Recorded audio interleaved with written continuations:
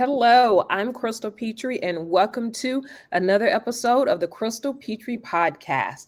This episode and several episodes to come are following President Donald Trump for his first 100 days in office.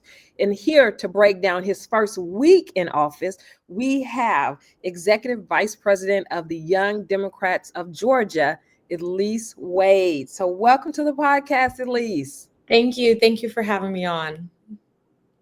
Thank you so much for agreeing to be on and helping me with this process because, like I said, I want to follow President Trump's first 100 days in office. And you are here to talk about his first week in office, which, as you and I were discussing before we came on, feels like a whirlwind.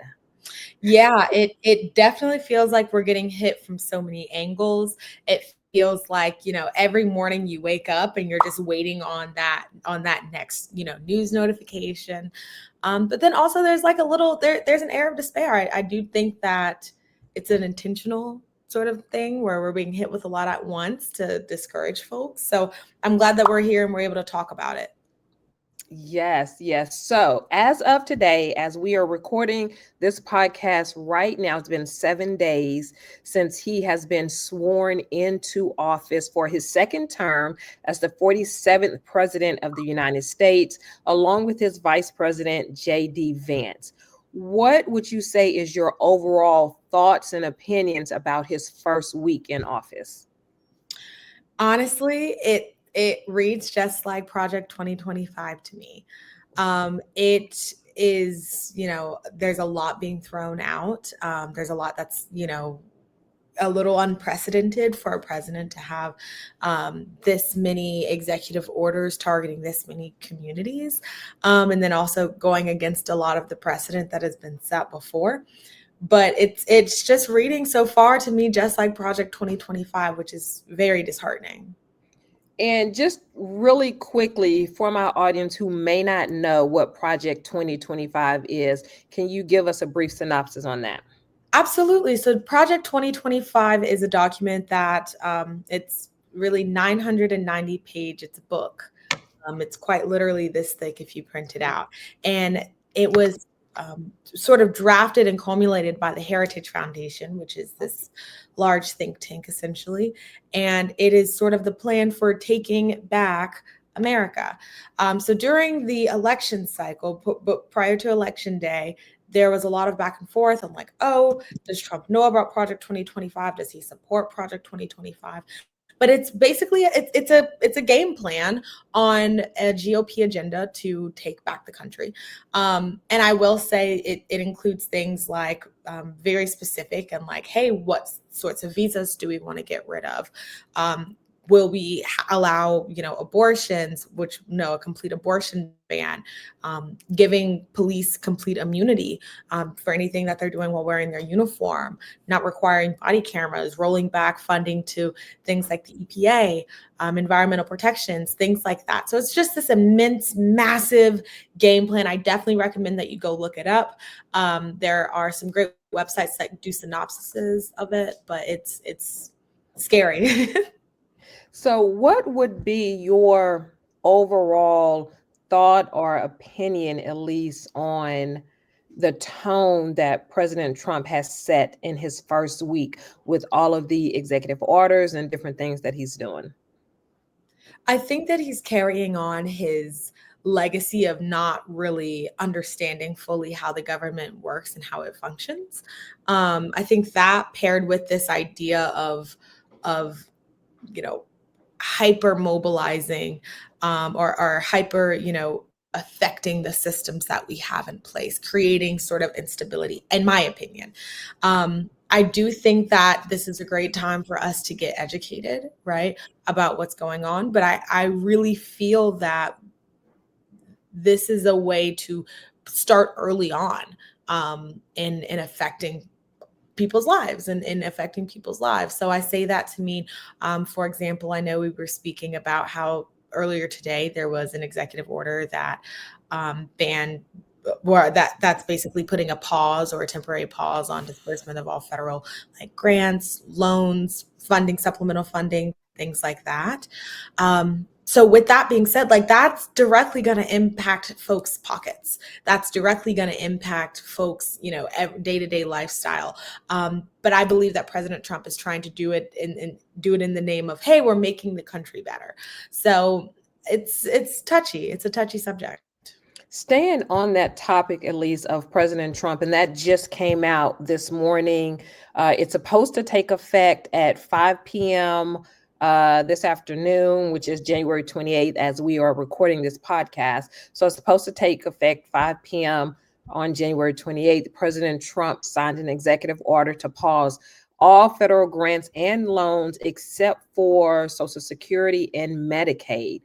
Why do you think? Now he states, along with the people around him, states that he wants to look at all of the funding, all of the money that is leaving the federal government, and make sure that it's aligning with his ideals, his principles, his mission and vision for the country as America first. What do you say to that?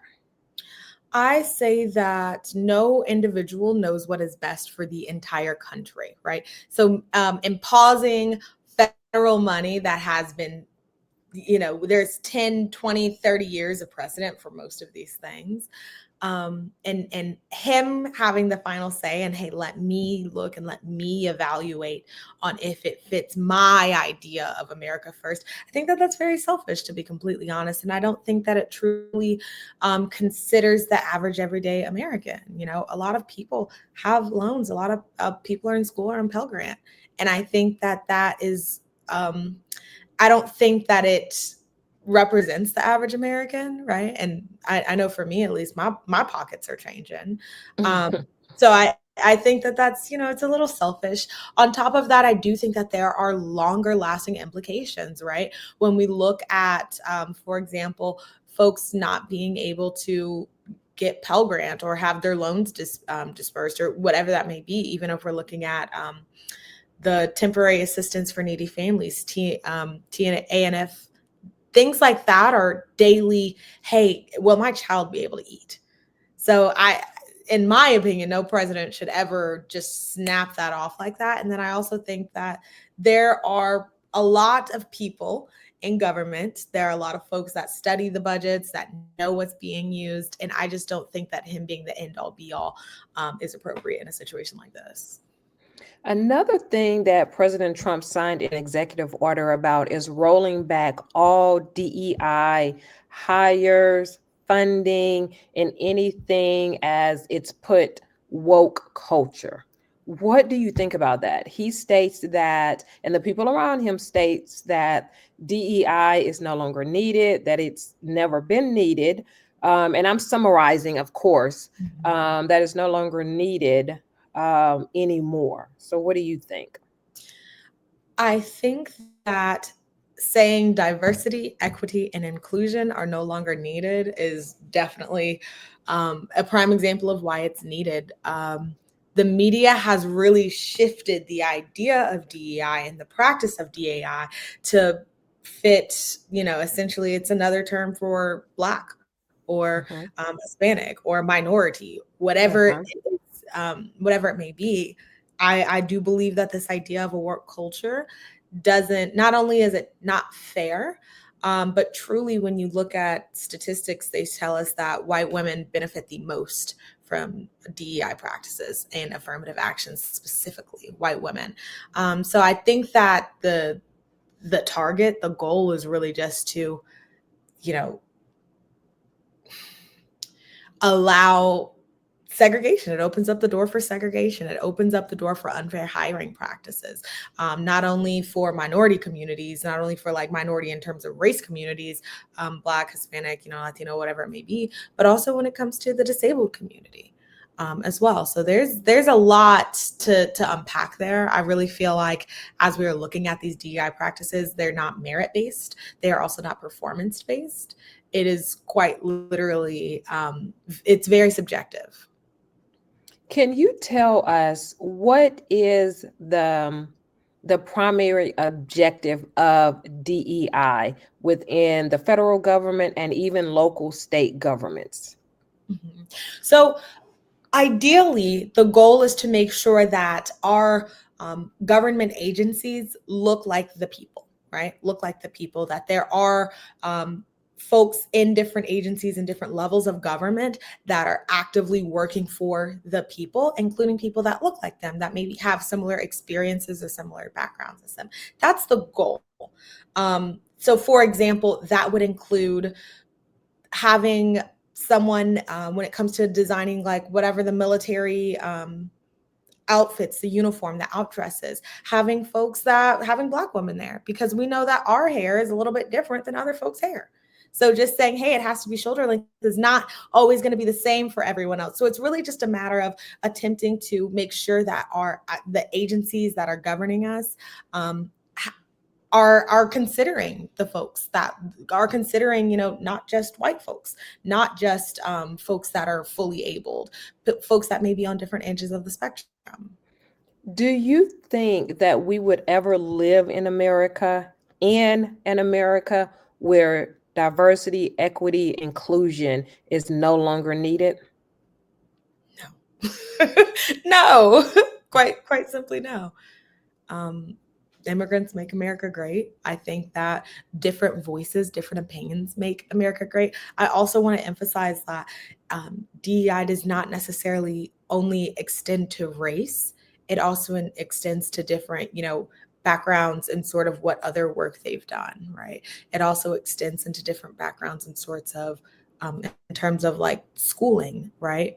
For example, if you're looking at a medical licensing board, you may want to have PhD doctors as well as MD doctors as well as DO doctors. That's DEI.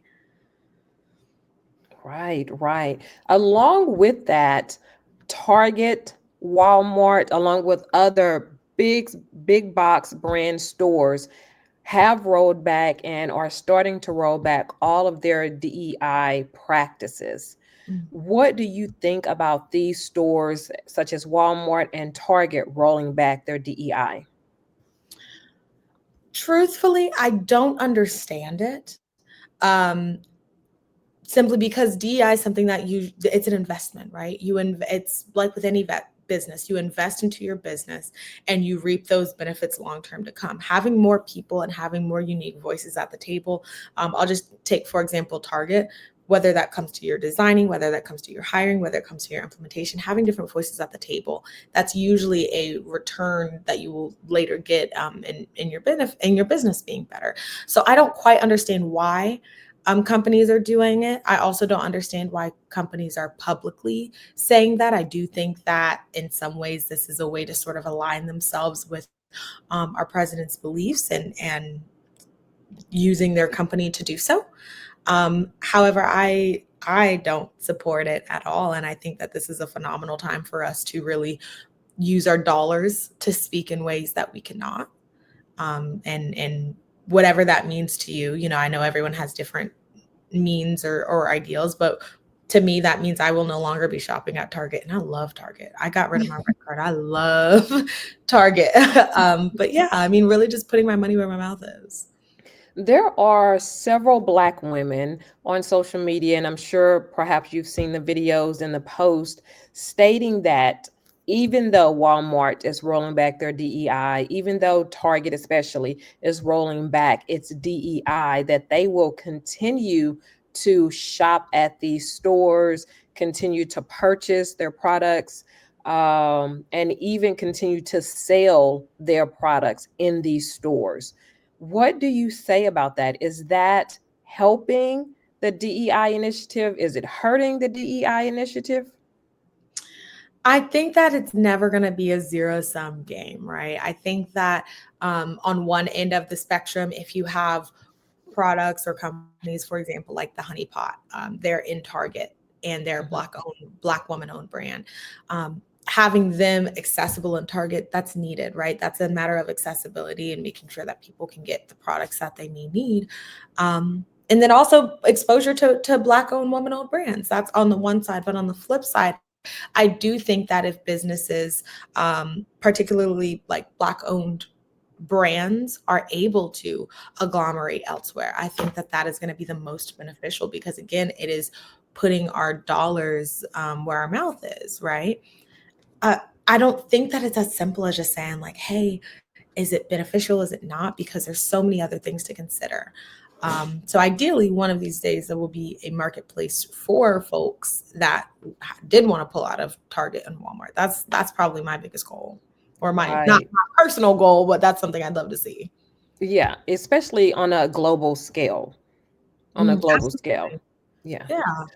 Yeah. So as we are speaking right now, Elise, President Trump is meeting with the House GOP at his resort in Miami, Florida. They are meeting, they're having a strategic meeting about the executive orders that he has signed and what's to come, the expectations for both the House GOP and the president.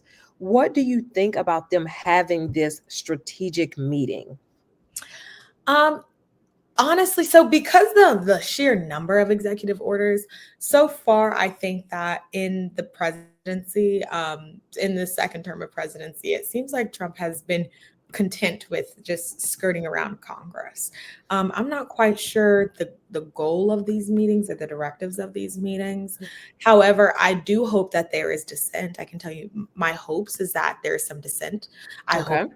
people that are speaking out against this, particularly when it comes to issues such as like the ICE raids, completely shutting down our borders, cutting off grants, cutting off loans. I do hope that people will advocate for their districts, right, and not necessarily just bow down to the president. But I am a bit concerned as well as to why it is in Florida, and why isn't it in DC? So that's That's a great the question. biggest question as to why are we spending taxpayer dollars to fly the GOP, and it's only the GOP in the House.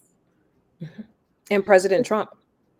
So why are we spending taxpayer dollars to fly down a bunch of reps to Florida as well as the president to Florida? I'm not sure. I don't know what can be accomplished in Florida that can't be accomplished in Washington. That's a So great question. And they are I'm at his resort. So they're at his resort out there in Miami. President Trump is, of course, a Republican president. He has the House, the Senate, the Congress, he has the Supreme Court.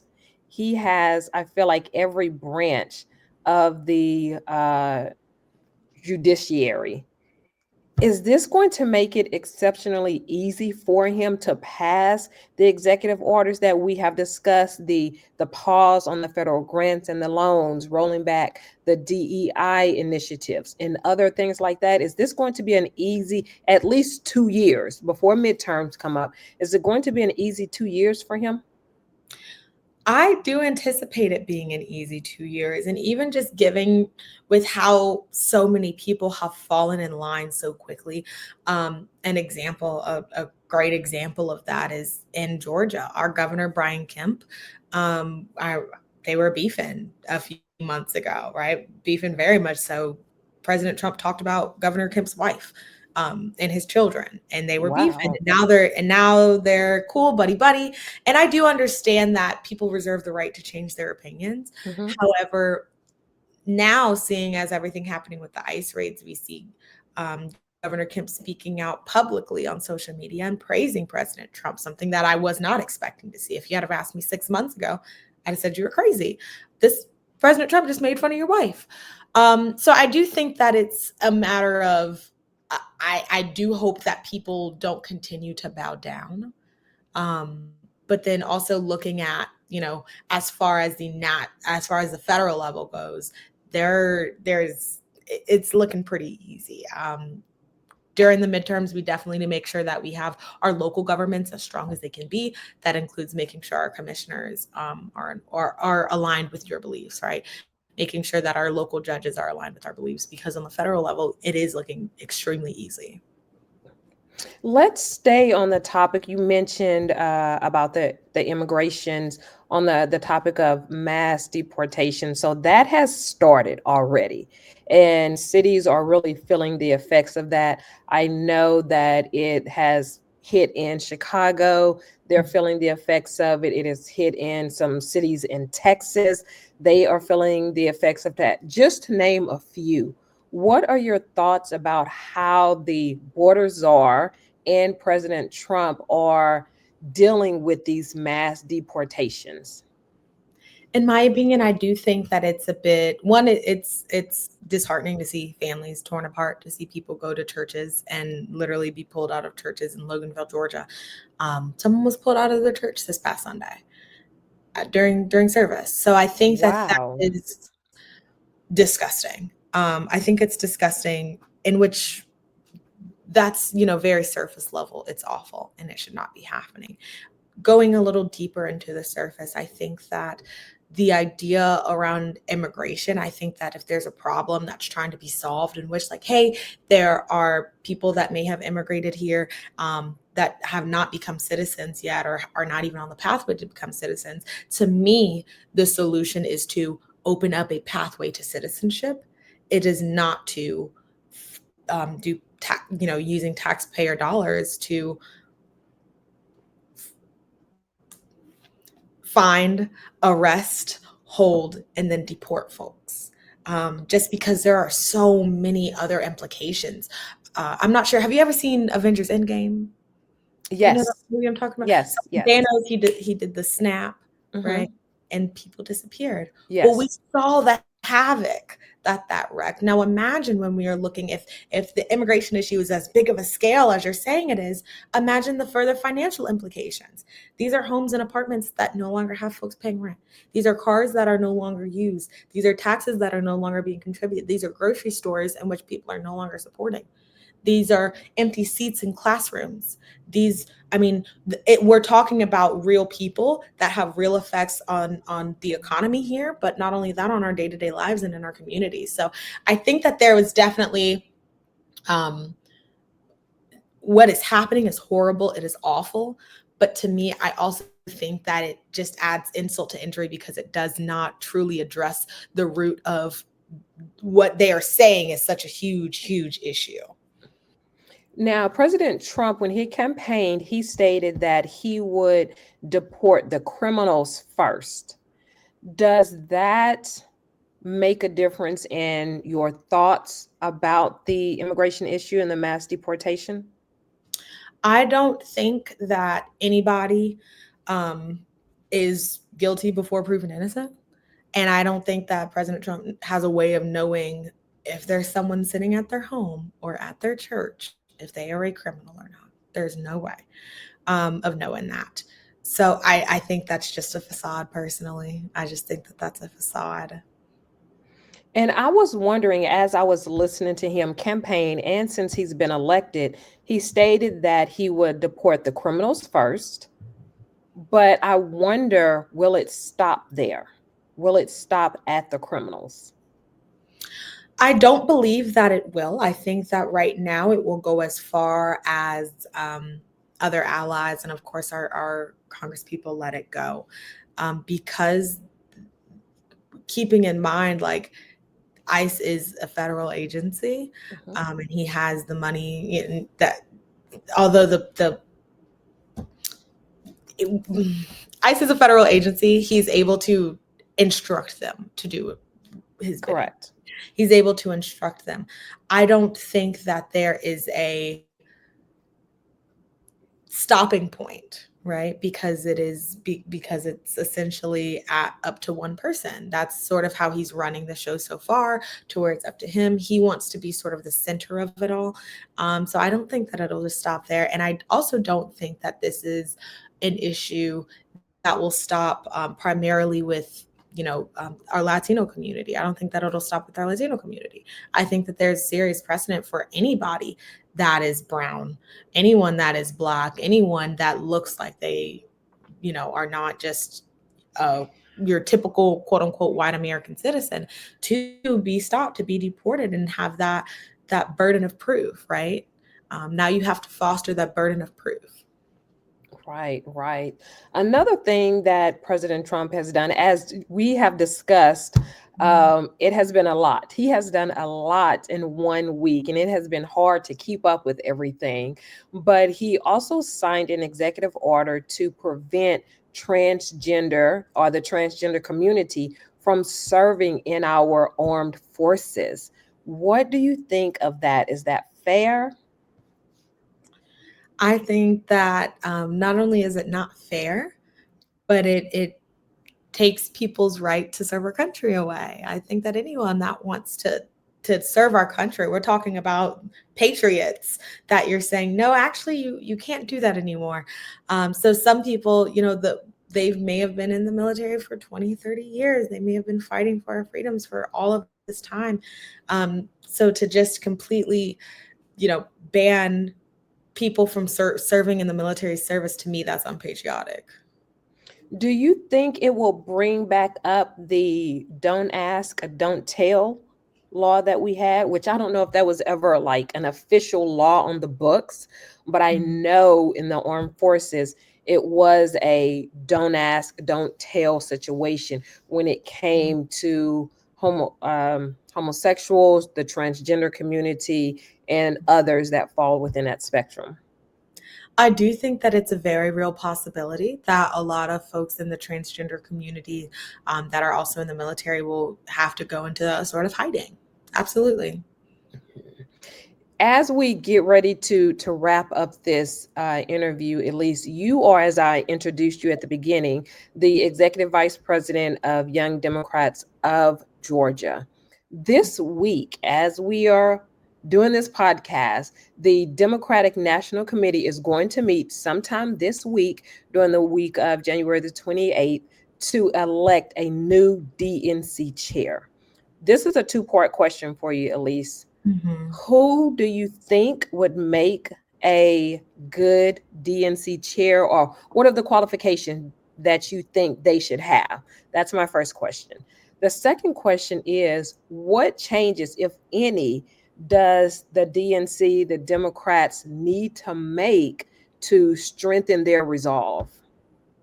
Absolutely. So to answer the first part of that question, Mhm. I would love to see a DNC chair that has a background in organizing and a background in bringing people together, someone that can build a bridge rather than wanting everyone to fall in line. So I always say, everyone wants to be part of a team. No one wants to be on someone else's team. So I really hope that our next chair will really foster that team building community.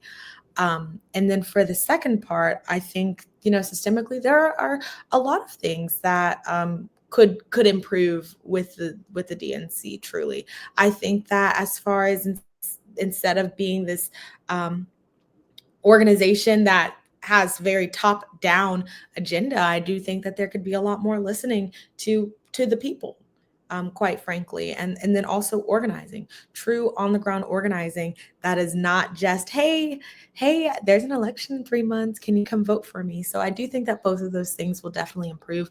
And then finally, from a systemic point of view, I do believe I would love to see more seats delegated. I'm sorry, more seats and more delegates being young folks, right? Making it a little more accessible to build up the party for the future generations, and allowing young folks like me, young folks like all of the people in the Young Democrats of Georgia, to take a little more of a seat at the table. Mm-hmm. Excellent. Thank you so much, Elise, for being on the podcast and helping me break down the first week of President Trump's election. I would love to have you back on because, as I stated at the beginning of this podcast, this is something that I'm going to cover on my podcast, the first 100 days of President Trump's election, just so that people are made aware and they're educated about what our president, whether you voted for him or you didn't vote for him, he is still our president, what he is doing that's affecting us in our homes and in our pocketbooks, because that's what it boils down to. Absolutely. Absolutely. Yes. And to my audience, make sure you subscribe to my YouTube channel. So whenever I'm posting these videos, you will be the first to know.